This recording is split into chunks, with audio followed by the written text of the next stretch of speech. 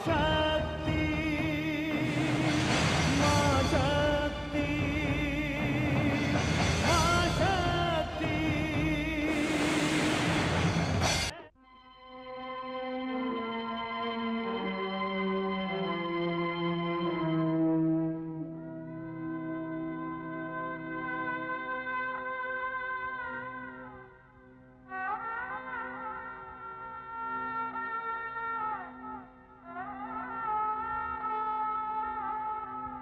पिताश्री, पिताश्री, पिताश्री, पिताश्री। अरे पुत्री गौरी, मेरी लाडली, मेरी दुलारी, मेरे नेत्रों की ज्योति, मेरे हृदय की गति। क्या बात है, प्रतिदिन तो मैं तुम्हें जगाता हूँ, आज प्रातः तुम मुझे जगाने चली आई, क्या बात? पिताश्री, आज एक बड़ा ही विशेष दिन है और मैं इस दिन को कभी नहीं भूल सकती। अच्छा, आज के दिन में ऐसी कौन सी विशेषता है? पिताश्री, आपको पता नहीं? नहीं पुत्री, तू ही बता दे अपने नन्हे मुख से और घोल दे मेरे कानों में अपनी मधुरवाणी का अमृत। तो सुनिए, आज आपका जन्मदिन है। ए, पुत्री मैं तो भूल ही गया था। किंतु मैं कैसे भूल सकती हूँ? प्रतिवर्ष आपके जन्मदिन पे मैं ही तो आपको जन्मदिन की बधाई देती हूँ। मेरी पुत्री, मेरे जीवन में कितने जन्मदिन आए और गए, किंतु जब से तू मेरे जीवन में आई है तब से जन्मदिन जन्मदिन लगने लगा है। एक बात बता पुत्री, इतनी छोटी सी आयु में ये सारी बातें कैसे स्मरण रहती हैं? ये दिन भी भला कोई पुत्री भूल सकती है? मैं तो जीवन भर आपको इस दिन सबसे पहले बधाई देती रहूंगी। पुत्री इस बात को यही रहने दे, ऐसा कोई वचन न दे जिसको निभाना कठिन हो जाए। क्यों पिताश्री, कठिन क्यों हो जाएगा? पुत्री तू अभी छोटी है, तू नहीं जानती विवाह के पश्चात कन्याएं अपने पति के घर चली जाती हैं। एक दिन तेरा भी विवाह होगा, तू भी अपने पति के घर चली जाएगी। मेरे जन्मदिन पर यदि तेरे पति ने तुझे आने नहीं दिया तो? नहीं पिताश्री, मैं अवश्य आऊंगी। पिता और पुत्री के संबंध के बीच और कोई संबंध नहीं आ सकता। मैं विवाह के पश्चात भी आऊंगी, मैं अवश्य आऊंगी, किंतु तब आपको मुझे निमंत्रण देकर बुलाना पड़ेगा।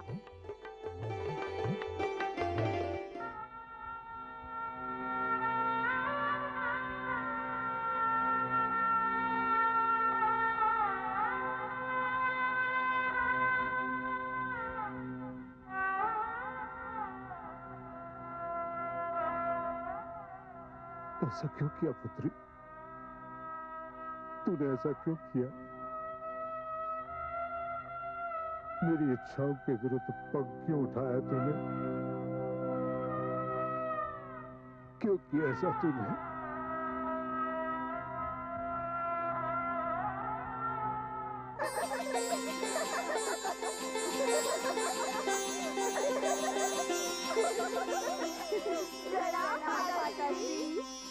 आओ मेरी पुत्रियों, तुम सबको देखकर मुझे बड़ी प्रसन्नता हुई। माताश्री, जीजी गौरी कहीं दिखाई नहीं दे रही, वो कहाँ है? तुम्हारी जीजी गौरी यहाँ कहाँ? सब कुछ तो तुम्हारे सामने ही हुआ, फिर भी ये प्रश्न कर रही हो। माते, क्या पिताश्री अब भी रुष्ट हैं? रुष्ट हैं? पहले तो वो केवल भगवान शिव से ही रुष्ट थे, किंतु अब तो वे तुम्हारी जीजी गौरी से भी रुष्ट हैं। पता नहीं किस बात का अहंकार है उन्हें। मैं जब भी उनके समक्ष तुम्हारे जीजा श्री की बात लाती हूँ, उनके मुख से दुर्वचन ही निकलते हैं। माताश्री, ये तो बड़ी ही दुर्भाग्य की बात है। ये बात सुनकर हमें बड़ी चिंता हो रही है। आप किसी भी प्रकार पिताश्री को समझाइए, उनसे कहिए अपने अहंकार में अपनी मर्यादा न भूलें, क्योंकि भगवान शिव का क्रोध बड़ा प्रलयंकर है। पिताश्री के इस दुर्व्यवहार से यदि भगवान शिव क्रोधित हो गए तो महा अनर्थ हो जाएगा और माताश्री पश्चाताप का अवसर भी नहीं मिलेगा।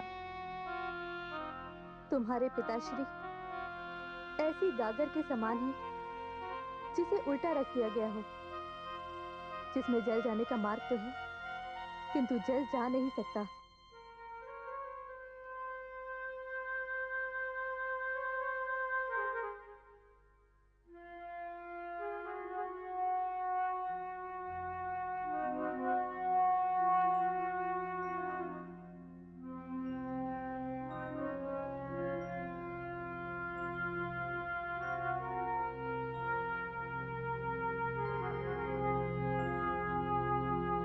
क्या बात है? अभी तक आपके पिताश्री का निमंत्रण पत्र आपको नहीं मिला? निमंत्रण पत्र?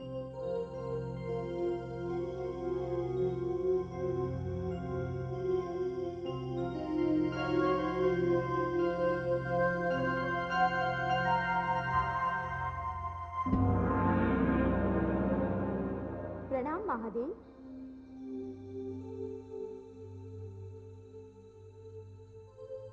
आओ विशाखा, कहो कोई कष्ट है? हाँ प्रभु, कष्ट का ही समाचार लेकर आपके पास आई हूँ। कष्ट का समाचार?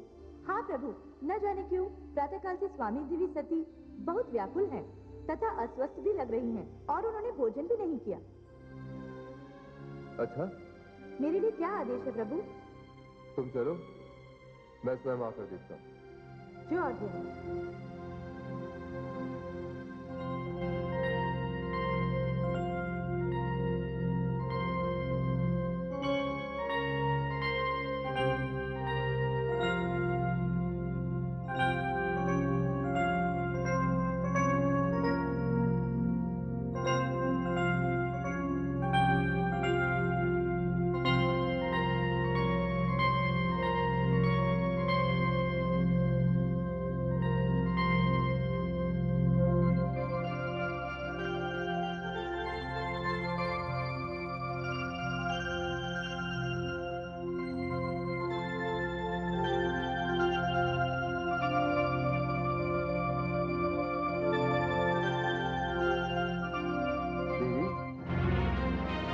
स्वामी आप? क्या बात है दीदी, सब कुशल मंगल तो है? मैंने सुना आज आपने भोजन भी नहीं किया। नहीं स्वामी, ऐसा तो कुछ भी नहीं। कुछ तो है दीदी। वो ऋषि दधीची आए थे। अच्छा, वे तो हमारे बहुत ही प्रिय भक्तों में से हैं। हाँ, और इसी नाते उन्होंने मेरा भी बहुत सम्मान किया। पिताश्री के निमंत्रण पर वे उनके भवन गए हैं। आपके पिताश्री के निमंत्रण पर? हाँ स्वामी, पिताश्री अपनी षष्ठी पूर्ति के अवसर पर एक भव्य समारोह कर रहे हैं। अच्छा? हाँ देवाधिदेव, आप जानते हैं बाल्यकाल से ही जब भी पिताश्री की वर्षगांठ आती थी तो उन्हें सबसे पहले मैं ही जाकर बधाई देती थी। अभी विवाह से कुछ ही समय पहले उनकी वर्षगांठ आई थी और मैंने उनका अभिनंदन किया था। वे तो मेरे बिना इस समारोह का आयोजन करने की सोच भी नहीं सकते। स्वामी, वहां मेरी सारी बहनें आ चुकी होंगी। संभव है। और उनके साथ उनके पति भी आए होंगे। हाँ, यदि तुम्हारे पिताश्री ने उन्हें निमंत्रण दिया होगा तो अवश्य आए होंगे। स्वामी, मेरी बड़ी इच्छा है कि मैं भी पिताश्री के जन्मदिन पर जाकर उन्हें बधाई दूं और बाल्यकाल से चली आ रही इस परंपरा को टूटने ना दूं। आप चलेंगे मेरे साथ? मैं? हाँ, आप। देखिए दीदी, षष्ठी पूर्ति एक बड़ा समारोह होता है। इसमें आपके पिताश्री के समस्त मित्र, उनके सारे संबंधी निमंत्रण पाकर ही आए होंगे और हमारा बिना निमंत्रण पाए वहां जाना उचित नहीं होगा। देवी, नीति तो यह कहती है कि बिना निमंत्रण पाए अपने आराध्य के घर भी नहीं जाना चाहिए। सुनो, इस ओर ऋषि मुनि बैठेंगे। ये स्थान यक्षों और गंधर्वों के लिए है और उस ओर मेरी आश्रित प्रजा बैठेगी। परंतु ये स्थान विशेष है। यहाँ केवल भगवान विष्णु, पिताश्री ब्रह्मा और मेरे जामाता ऋतुराज और सप्त ऋषिगण बैठेंगे। ध्यान रहे, यहाँ कोई और नहीं बैठेगा। और देवादिदेव भगवान शिव और माता सती कहाँ विराजमान होंगे? आइए आइए अथर्वण पुत्र दधीची, दक्ष के महल में आपका स्वागत है। आपने मेरे प्रश्न का उत्तर नहीं दिया। प्रजापति दक्ष, आप अभी तक भगवान शिव माता सती के स्थान को निश्चित नहीं कर पाए। कदाचित आपने उन्हें निमंत्रण पत्र भी नहीं भेजा। देखिए आदरणीय, मेरी विनती स्वीकार कर इस यज्ञ में मेरा मार्गदर्शन करने के लिए आप सबसे प्रथम आए। इसके लिए मैं आपका हृदय से आभारी हूं। किंतु आप ये नहीं जानते कि शिव से विवाह करने के कारण मैंने पुत्री गौरी का त्याग कर दिया है। यहां तक मैंने उसे अपने हृदय से भी निकाल दिया है। क्या क्या कहा प्रजापति दक्ष? आपने माता सती का त्याग कर दिया? एक बूंद ये कहे कि उसने मेघों का त्याग कर दिया, क्या यह संभव है? एक पक्षी ये कहे कि उसने आकाश का त्याग कर दिया, इसका क्या अर्थ हुआ? यज्ञोदानम तपस्येवा पावनानि मनीषिणाम। जिसके मन में पाप है वो यज्ञ का अधिकारी नहीं होता। आप लाख बार भी माता सती का त्याग कर दें तो उससे कोई अंतर नहीं पड़ता। किंतु यदि एक बार माता सती ने आपका त्याग कर दिया तो आपको पूरी सृष्टि में कहीं शरण नहीं मिलेगी। अरे ये तो उपकार है उनका, जो आपके यहाँ जन्म लेकर उन्होंने आपको गौरव प्रदान किया। उपकार है भगवान शिव का, जिन्होंने आपका जामाता बनकर आपको सम्मान दिया। और आप ये कह रहे हैं कि आपने उनका त्याग कर दिया? प्रजापति दक्ष, अपनी भूल सुधारिए और शीघ्र अतिशीघ्र पवन दूत द्वारा उन्हें निमंत्रण भेजिए। क्षमा करिए मुनिवर, ये संभव नहीं है। यदि ये संभव नहीं तो इस यज्ञ की सफलता भी संभव नहीं। आप यज्ञ करने जा रहे हैं और यज्ञ में ब्रह्म का निवास होता है। आप इतना बड़ा पुण्य कार्य करने जा रहे हैं, किंतु आपके मन में इतनी मलिनता भरी हुई है, इतना पाप पल रहा है। आपका कल्याण इसी में है। शीघ्र अतिशीघ्र अपनी भूल सुधारिए। घृणा से नहीं, प्रेम से काम लीजिए।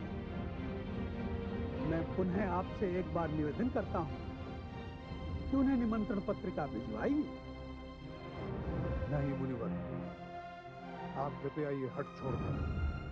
प्रजापति दक्ष, अपना हट छोड़ने से क्या अच्छा नहीं कि मैं ये मंडप ही छोड़ दूं? आपने मुझे जो उत्तरदायित्व दिया था, मैं उससे मुक्त हो रहा हूं। मैं जा रहा हूं। जिस यज्ञ में मेरे आराध्य देव भगवान शिव अपनी सहधर्मिणी माता सती के साथ उपस्थित न हो, वहां मेरी क्या आवश्यकता? अब आप अपने अमंगल की प्रतीक्षा करें प्रजापति दक्ष। अमंगल? नदी विपरीत दिशा में बहने लगे ये संभव है। चंद्रमा से आग बरसने लगे ये संभव है। सारे असंभव संभव हो जाएं, ये भी संभव है। किंतु रूप गुण और संस्कार से ही शिव को मैं आमंत्रित करूं, ये असंभव है। ये असंभव है।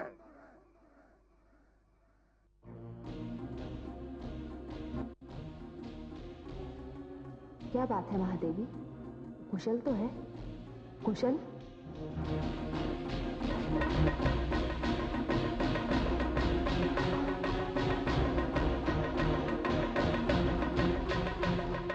देवी परमेश्वरी है, मुझे आज्ञा दीजिए, मुझे अनुमति प्रदान कीजिए। कैसी आज्ञा? किस बात की अनुमति महादेवी?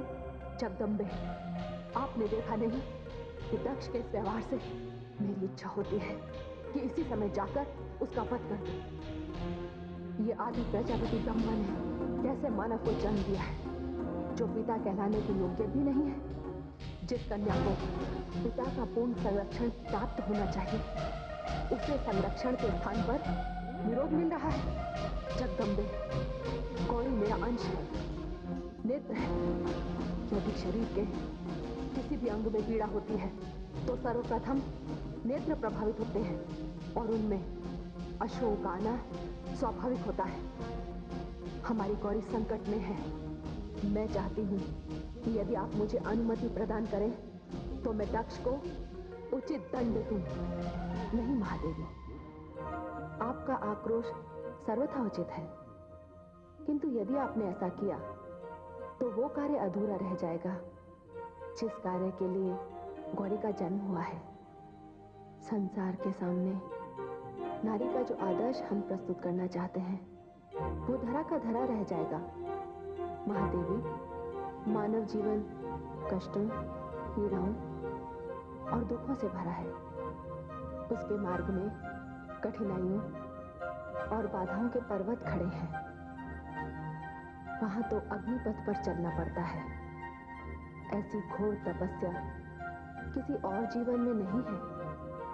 और गौरी को इस रणभूमि में युद्ध करके सभी बाधाओं पर विजय प्राप्त करनी है।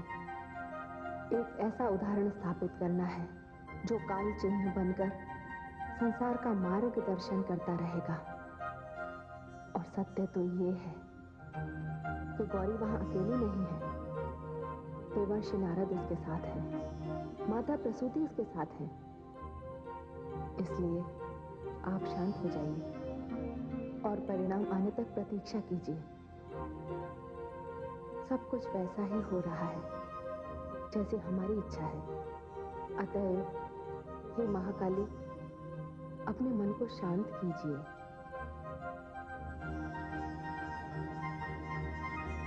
जैसी देवी परमेश्वरी की आज्ञा।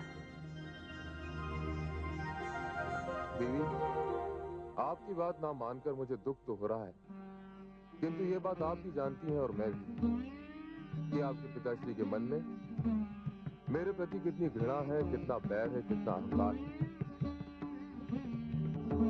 और बिना निमंत्रण वहां जाकर हमारा जो अपमान होगा, मैं आपको उस भीषण परिस्थिति से बचाना चाहता हूँ। देवादिदेव, वे मेरे पिता हैं और आप उनके जामाता। इस नाते वे आपसे बड़े भी हैं और श्रेष्ठ भी। हाँ देवी, वे मुझसे सदैव श्रेष्ठ रहेंगे। मुझे आपके कथन पर वहां जाने में तनिक भी आपत्ति नहीं होती, यदि उन्होंने किसी को भी नहीं निमंत्रण भेजा होता तो। यदि आप क्षमा करें तो मैं आपसे कुछ निवेदन करूं स्वामी? कहो देवी। स्वामी, मेरे लिए तो वो घर मेरे पिताश्री का घर है। पिता पुत्री का संबंध ऐसा संबंध होता है जिसके बीच कोई औपचारिकता नहीं होती। यदि आप अनुमति दें तो मैं अकेली चली जाऊं? क्या? वहां जाकर मैं आपके लिए भी निमंत्रण पत्रिका भिजवाऊंगी। आपने सत्य कहा देवी, पिता पुत्री के बीच कोई औपचारिकता नहीं होती, किंतु ये औपचारिकता उस दिन आरंभ हो जाती है जिस दिन पिता अपनी पुत्री का कन्यादान अपने जामाता को कर देता है। मेरी तो अब भी ये इच्छा है देवी कि आप भी वहां ना जाएं। मैं जानता हूं देवी, जब सारी बहनें अपने पिता के घर एकत्रित हो रही हों और ऐसे अवसर पर आपका वहां ना जाना, ये विचार ही बड़ा कष्टदायी है। तब तो आप मुझे जाने की अनुमति दे दीजिए स्वामी। मैं आपको विश्वास दिलाती हूँ, मेरा इस प्रकार वहां जाना मेरे पिताश्री की प्रसन्नता का कारण बन जाएगा। ये सब कुछ भूलकर इस संबंध का मान रखेंगे तथा उनके मन का सारा मैल धुल जाएगा। मुझे जाने की अनुमति दे दीजिए ना देवादिदेव। देवी आदिशक्ति परमेश्वरी की न जाने क्या इच्छा है। वे स्थिति के निर्माण से न जाने क्या सिद्ध करना चाहती हैं। आप हट कर रही हैं कि आपको अपने पिताश्री के घर जाना है। मैं तो आपसे अब भी यही कह रहा हूं देवी कि आप वहां ना जाएं। किंतु आपके हट को देखते हुए मैं आपको वहां जाने की अनुमति दे देता हूं। आप सचमुच देवाधिदेव हैं, महादेव हैं, अद्वितीय दानी हैं, कृपा सिंधु हैं। इस समय तो मैं केवल आपका पति हूं।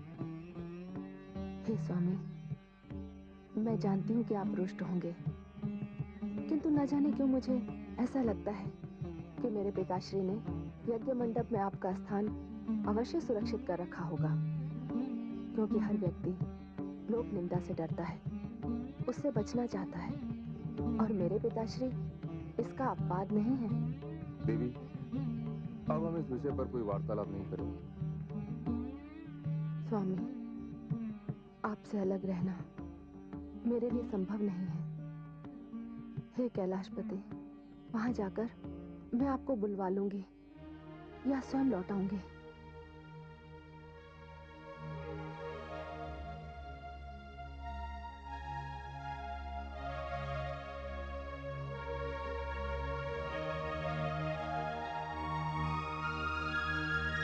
जैसा भगवती परमेश्वरी का मन, जैसी नियति की इच्छा।